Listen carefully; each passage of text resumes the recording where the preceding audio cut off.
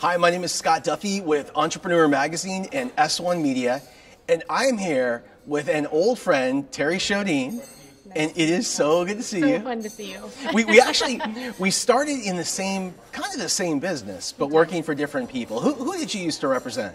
Early days, Brian Tracy and Barb Schwartz and that whole crew, so it was a lot of fun. I mean, we were the front women and men that were really creating the groundwork for the early days of the training and development speakers that are now considered icons. Right? That's right. And it's so funny because we think about those people today, and like we were so young, and they were so young, and it was we were like 12. We were.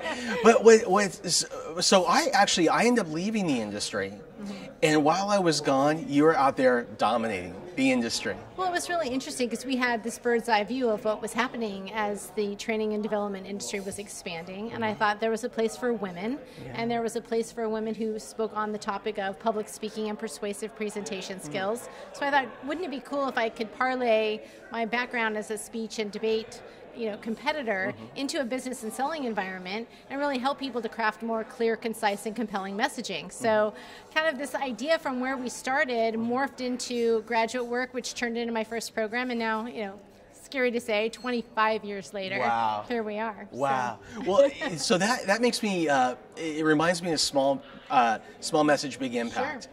And so this is a book, Small Message, Big Impact. If you don't have it now, you need to go and you need to order it today. It's a book that I actually gift to people because it really helps us to understand how to take what it is that we do, break it down into digestible chunks so people can understand it. Right, because unfortunately in today's competitive marketplace, people don't have large attention spans. So how do you get to the point in a shorter period of time? And then the biggest challenge is most people have become very informative versus persuasive. So I really try to help people to find that need element that intrigues and inspires a listener to go, oh, wait a minute, like I've heard this before, but the way you're saying it's really sparking my imagination in a different way, and tell me more. And what we're trying to do is just really spark conversation, and then that conversation leads to whatever that intention is that you're trying to communicate. So what does that process look like? If I were to break it down for everyone who's watching, what's that look like? So there's 3 components to a great message, regardless of length, whether it be 2 minutes, 3 minutes, 30 minutes. So the first thing you want to do is really consider the case. What is the case for your message? Why should they listen to you? And beyond why is how do we get there? So even if you've intrigued me with the why, you also have to show me how, otherwise it won't have any credibility. And so we're really looking for the credibility and the ethos. Then once you've got the case, we really have to move into creativity. And I'm not talking about a pithy quote or some sort of statistic or a bar chart. I'm talking about what we call an awakening, where somebody goes, oh, wait a minute, that's so good. I've heard about that before, and the way you just said it, it's really landing in my mind in a different way. And so now, okay, now I'm intrigued. And through awakening and intrigue, when we tie that back to need, now you're getting people to a place where they go, oh, okay, I want more. And then the third piece of that is delivery. That's speaking in your own authentic voice. It's not the old school kind of like stiff, rigid, stand here, move here.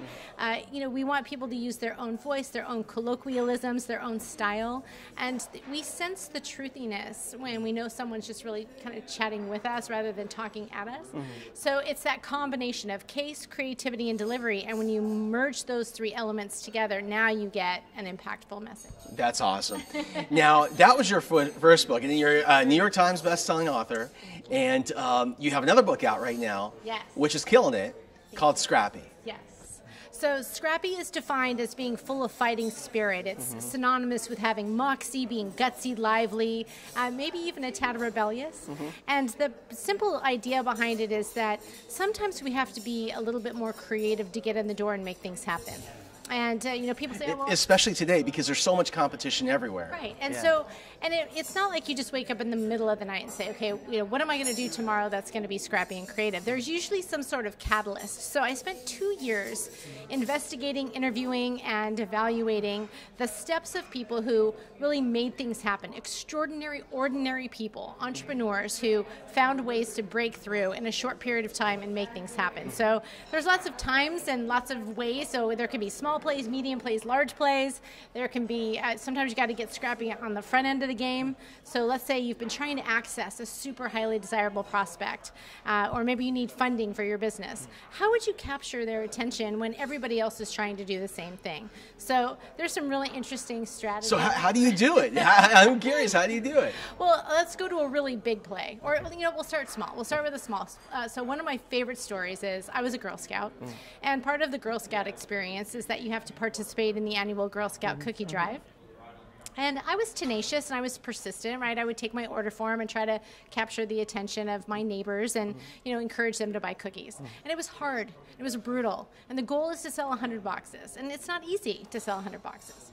So, look, I got the awards, I got the patch, that's great. But fast forward to 3 years ago, I read an article in the Los Angeles Times about a young gal named Danielle Lay. And she and her mom decided to bypass that entire process.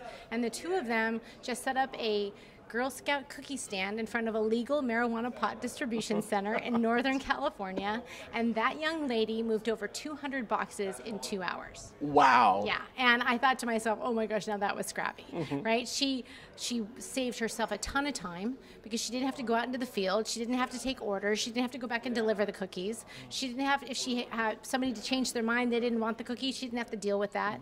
And so when we're talking about a scrappy effort, not only should it actually be a clever workaround, but it should save you time and money and sanity and really help you get where you want to go much faster. And what's awesome about the book Scrappy is you have so many case studies. Oh my gosh, For 2 years you went out there, you talked to everybody, and you really learned what their formula was. So it doesn't matter what size the business, what stage the business, where you're at today, how many what your resourcefulness is. You can find lessons that you can connect with to help teach you how to be scrappy in your business. Absolutely. And a big play.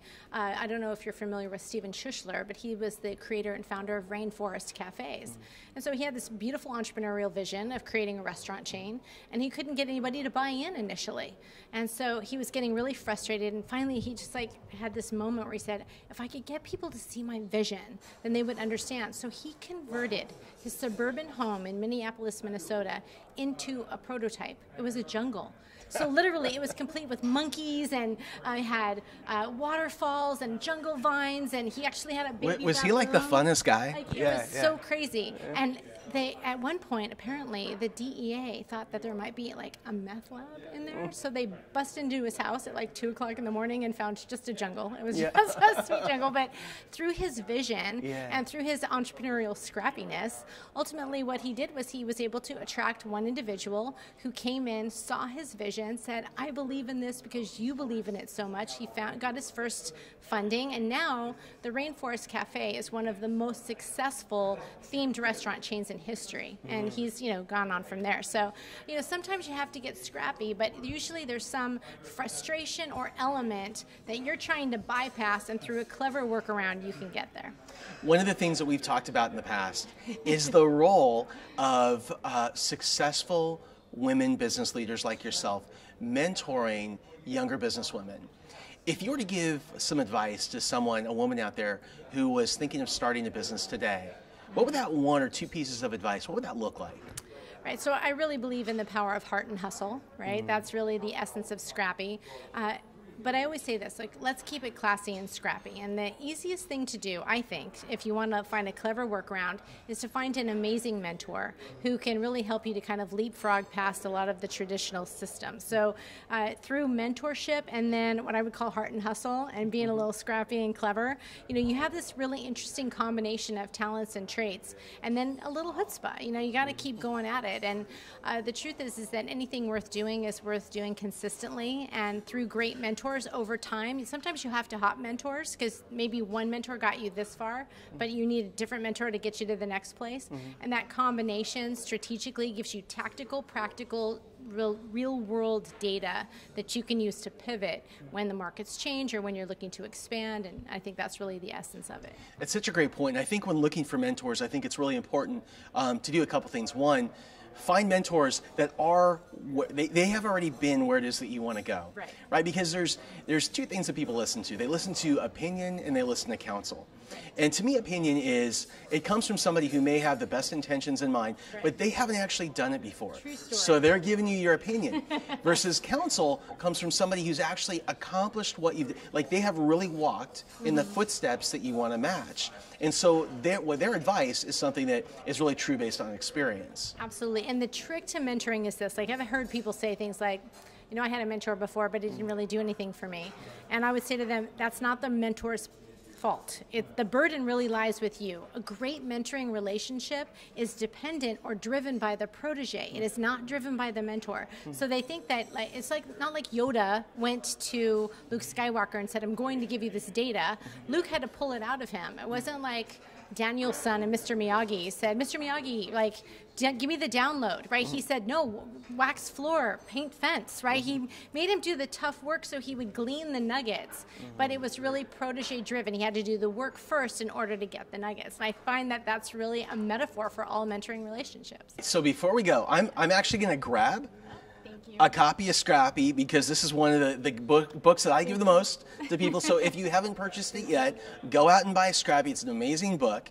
And thanks for being here. I'm so proud of you. Thank you. Thank you. And so for all of us at Entrepreneur and S1 Media, again, go buy Scrappy. Have an awesome day.